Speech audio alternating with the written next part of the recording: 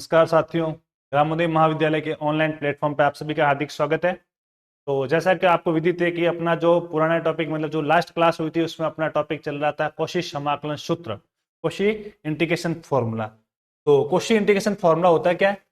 तो Cauchy integral formula. तो Cauchy integral formula क्या होता है कि हमें एक क्लोज्ड कर्व सी दिया होगा। क्लोज्ड कर्व का मतलब तो जैसे आपको बता रखा है कि ऐसा कर्व जो अपने पूर्ण चक्कर में अपने आप को किसी भी बिंदु के ऊपर वापस कट ना करे, उसे क्या कहते हैं? क्लोज्ड, सिंपल क्लोज्ड कर्व कहते हैं। तो एक क्लोज्ड कर्व या सिंपल क्लोज्ड कर्व दिया होगा और एफ जेड कोई फलन होगा। उस क्लोज्ड कर्व के अंदर एक पॉइंट दिया होगा जेड नॉट पॉइंट। क्या दे रखा होगा? उस पॉइंट के उस क्लोज्ड कर्व के अंदर एक पॉइंट दिया होगा जेड नॉट पॉइंट। इस जेड नॉट पॉइंट और उस पूरे क्लोज्ड कर्व के अंदर एफ जेड क्या होना चाहिए? एनालिटिक होना चाहिए। एनालिटिक का मतलब वो शेयर इक्वेशन को सेटिस्फाइड करे, तो वो क्या होना चाहिए? एनालिटिक होना चाहिए। फिर क्या था कि उस पॉइंट के ऊपर हमें क्या निकालनी है? उस इंटीग्रेशन की वैल्यू निकालनी है। तो इस इंटीग्रेशन की वैल्यू क्या होती है? 2 pi iota into F of Z not. तो इस पॉइंट के ऊपर अपनी इंटीग्रेशन की वैल्यू क्या रहेगी? 2 pi iota into F of Z not. तो आज का अपना जो क्वेश्चन है वो क्वेश्चन अपने को दे रखा है कि क्लोज्ड कर्व दे रखा है मॉड ऑफ जेड बराबर 3 sine pi Z square plus cos pi Z square upon Z minus 1 Z minus 2 D Z. तो हमें क्या करना है?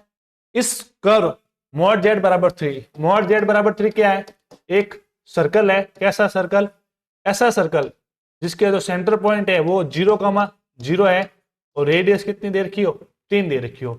तो ऐसे कर्व, ऐसा क्या दे रखा है अपने को? एक क्लोज्ड कर्व दे रखा है। देखो ये जो कर्व है सी कर्व, ये पूरा एक चक्कर जैसे यहां से शुरू होने के बाद पूरा एक चक्कर के दौरान लास्ट में उसी पॉइंट के ऊपर आकर मिलता है। तो ये क्या सिंपल क्लोज्ड कर्व है। पहले कंडीशन तो सेटिस्फाइड है। फिर जब अपन एफ जेड को सॉल्यूशन करेंगे तो ये क्या निकलेगा? ये शेयर इक्वेशन को भी सेटिस्फाइड करेगा। फिर हमें क्या दे रखा है? इसके बाद अपने को चेक करना होता है कि इसके पोल्स निकालने होते हैं, मतलब किस किस पॉइंट के ऊपर अपने को वैल्यू निकालनी होती है। तो सर्वप्रथम मैं एक सर्कल करता हूं।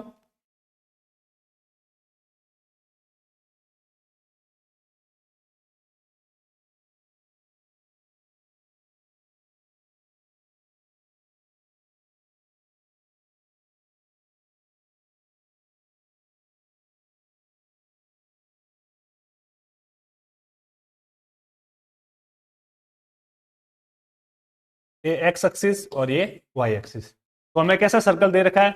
ऐसा सर्कल जिसका केंद्र बिंदु क्या हो? 0,0 हो और रेडियस कितनी होनी चाहिए?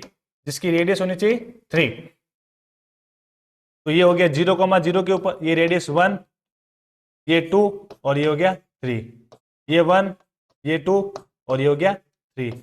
ये -1, ये -2 और ये हो गया माइनस का 3। ये -1, ये -2 और ये हो गया माइनस का 3। तो हमें सबसे पहले क्या निकालने होते हैं? पोल। क्या निकालने होते हैं? पोल। पोल यानी ध्रुव। तो ध्रुव कैसे निकाला जाता है? ध्रुव निकालने का तरीका जो हर में हमें फंक्शन दे देगा उसको 0 के बराबर पुट करते हैं, अर्थात z-1 z-2 बराबर 0। तो z की वैल्यू क्या आ गई? z की वैल्यू 1 और 2 आई। तो z की वैल्यू 1 और 2 आई, इसका मतलब क्या है? हमें रियल पार्ट दे रखा है और तो रियल पार्ट कॉम्प्लेक्स में कहां होता है? एक्स एक्सिस के ऊपर रियल पार्ट होता है। तो सर्वप्रथम z बराबर 1 का मतलब क्या है? z बराबर 1 ये सर्कल, z बराबर कौन सा 1? ये सर्कल, कुछ ऐसा एक सर्कल बनेगा। z बराबर 2 का मतलब ये कोई सर्कल है। तो ये सर्कल C1 और ये हो गया C2। तो हमें क्या करना है? इन C1 और C2 के ऊपर हमें क्या निकालना? इंटीग्रेशन की वैल्यू निकालनी है कि भाई इन इंटीग्रेशन के पॉइंटों के ऊपर इंटीग्रेशन की वैल्यू क्या रहेगी। तो सर्वप्रथम कौन सा? मल्टी कनेक्टेड रीजन प्रमेय, जो बहुत संबंधित प्रदेश का फॉर्मूला जो प्रमेय था उसमें क्या था कि हम C sine pi Z square plus cos pi Z square upon z-1 और z-2 dz, इसको तोड़ सकते हैं। Close curve C1 sine pi Z square plus cos pi Z square upon z-1 और z minus two d z plus close curve C two sine pi Z square plus cos pi Z square upon Z minus one z minus two d Z. तो इसको दो अलग अलग integration के रूप में मानते हैं। पहला हो गया C1 के साथ I1 इंटीग्रेशन और दूसरा हो गया I2 इंटीग्रेशन। तो I1 इंटीग्रेशन क्या है? I1 इंटीग्रेशन है C1 sine pi Z square plus cos pi Z square upon Z minus one और z minus two d Z. तो जेड माइनस वन और जेड माइनस टू हमें curve कौन सा लेना है? C1 कर्व लेना है, मतलब C1 क्लोज कर्व लेना, ये वाला कर्व लेना। किस पॉइंट के ऊपर है? जेड बराबर 1 के ऊपर है। अर्थात इसमें क्या लगाना है? कोशी का समाकलन सूत्र बनाना है इसको इस फॉर्मेट में, C1 sine pi Z square plus cos pi Z square upon Z minus two z minus one d Z. तो ये जो हमें पार्ट प्राप्त हुआ है ये हो गया एफ जेड के बराबर। किसके बराबर हो गया? एफ जेड के बराबर। तो यहां से हमें क्या होगा? कोशी समाकलन सूत्र से, कोशी समाकल सूत्र से, कोशी समाकल सूत्र से क्या बनेगा? I1 बराबर हो जाएगा 2 pi iota into F z की वैल्यू क्या हो जाएगी? Sine pi Z square plus cos pi Z square upon Z minus two और जेड बराबर क्या पुट करना है? 1 पुट करना है। जेड बराबर क्या पुट करना है? 1 पुट करना है। तो क्या हो जाएगा? I1 बराबर 2 pi iota into sine pi, Z की वैल्यू 1 है, 1 का स्क्वायर 1 आएगा वापस और ये हो जाएगा कोस पाई और 1 माइनस टू। तो वैल्यू क्या हो जाएगी? I1 बराबर 2 पाई आयोटा, साइन पाई की वैल्यू क्या होती है? साइन पाई की वैल्यू 0 और कोस पाई की वैल्यू -1 और नीचे अपॉन में -1। तो वैल्यू क्या आ गई? I1 बराबर 2 पाई आयोटा। समीकरण नंबर इसको 1 लगाते हैं, समीकरण नंबर 1। फिर I2 की वैल्यू निकालनी है। I2 का मतलब integration C2 sine pi Z square plus cos pi Z square upon Z minus one z minus two d Z. तो I2 बराबर C2 sine pi Z square plus cos pi Z square upon Z minus one और z minus two d Z. तो यहाँ पे ये ऊपर जो ऊपर पार्ट है ये पार्ट हो जाएगा एफ जेड के बराबर, जो कोशी समाकलन के सूत्र से अपन इसकी वैल्यू निकालते हैं। तो कैसे? कोशी समाकलन के सूत्र से, कोशी समाकल के सूत्र से इसकी वैल्यू क्या होगी? I2 बराबर 2 pi iota into sine pi Z square plus cos pi Z square upon 2 minus 1 और जेड माइनस 1 और जेड बराबर क्या हो जाएगा? 2 के ऊपर इसकी वैल्यू अपने को निकालनी है। तो I2 बराबर 2 पाई आयोटा साइन पाई 2 का स्क्वायर प्लस कोस पाई 2 का स्क्वायर अपॉन 2 माइनस 1। तो क्या हो जाएगा?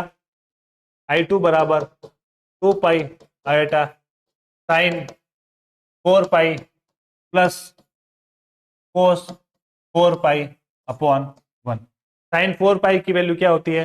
साइन 4 पाई की वैल्यू वही वापस 0 और कोस 4 पाई की वैल्यू क्या होगी? कोस 4 पाई की वैल्यू हो जाएगी वापस की 1 पॉजिटिव, क्योंकि ऑल एस टी से 0, पाई, 2 पाई, 3 पाई और ये हो जाएगा वापस 4 पाई। तो 4 पाई के ऊपर वैल्यू क्या रहेगी, वही जो साइन 0 और कोस 0 की वैल्यू होती है। तो क्या हो जाएगा, I2 बराबर 2 पाई आयोटा 0 प्लस 1, तो वैल्यू क्या आ गई, I2 बराबर 2 पाई आयोटा।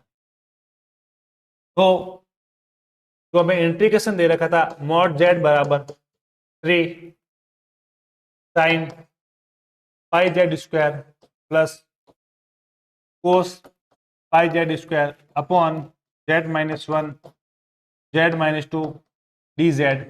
ये किसके बराबर था, ये था I1 प्लस 2 के बराबर। तो I1 की वैल्यू कितनी आई थी अपने, I1 की वैल्यू आई थी 2 पाई आयोटा। क्या वैल्यू आई थी I1 की, 2 pi iota plus 2 pi iota. तो वैल्यू क्या हो गई, टोटल वैल्यू 4 पाई आयोटा। तो कहने का मतलब है कि जो हमें सिंपल क्लोज्ड कर एक सर्कल मॉड जेड बराबर 3 दे रखा था और फंक्शन दे रखा था sine pi Z square plus cos pi Z square upon z-1 z-2 dz, इसकी वैल्यू होगी 4 पाई आयोटा।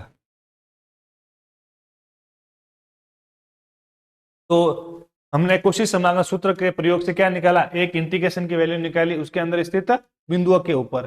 तो ऐसा कोई जरूरी नहीं होता है कि हमें जो सर्कल दिया हुआ जो क्लोज कर होता है वो सर्कल हो, क्योंकि हमने एग्जांपल देखे थे ऐसे कई थे। जैसे अपन ने एक आयत भी लिया था, एक आयत क्या होता है, ये भी क्या होता है, एक सिंपल क्लोज कर भी होता है कि जैसे यहाँ से, जैसे एक आयत लिया मैंने, ये आयत हो गया। तो ये आयत कहाँ से शुरू होता है, इस पॉइंट से शुरू हुआ, जैसे सी पॉइंट से शुरू हुआ, ये पूरा एक चक्कर निकाला, पूरे एक चक्कर में किसी भी बिंदु के ऊपर वापस कट नहीं किया। तो ये क्या है, ये भी एक सिंपल क्लोज्ड कर्व है। त्रिभुज भी ले सकते हैं, जैसे ये त्रिभुज हो गया, ये त्रिभुज यहाँ से शुरू हुआ, सी पॉइंट से शुरू हुआ, ये वापस इस पॉइंट के ऊपर आकर मिला, तो ये भी एक सिंपल क्लोज्ड कर्व है।